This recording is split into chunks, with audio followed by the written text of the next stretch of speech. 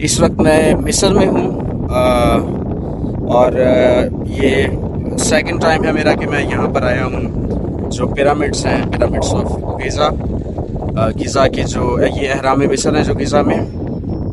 और पिछली बार जो है जो सेकंड पिरामिड है यानी कि जो दरमियान में है, ये यहाँ से बड़ा लगता है लेकिन ये बड़ा नहीं, ये छोटा है। जो बड़ा है ये फर्स्ट वाला है, ये बड़ा है। तो बताया ये जाता है कि जब दरअसल सेकंड वाला जो दरमियान में पिरामिड है जब ये बना था, तो उस वक्त जो बादशाह का बेटा था जिसने ये बनाया था वो बड़ा बनाना चाहता था पिरामिड। लेकिन ये है कि जो आर्किटेक्चर है उसने, चूँकि उस वक्त ये समझा जाता था कि अगर जो बादशाह का बेटा है वो बादशाह से बड़ा पिरामिड बनाएगा तो ये एक क्या उसको डिसरिस्पेक्ट के मानों में ये बात ली जाएगी।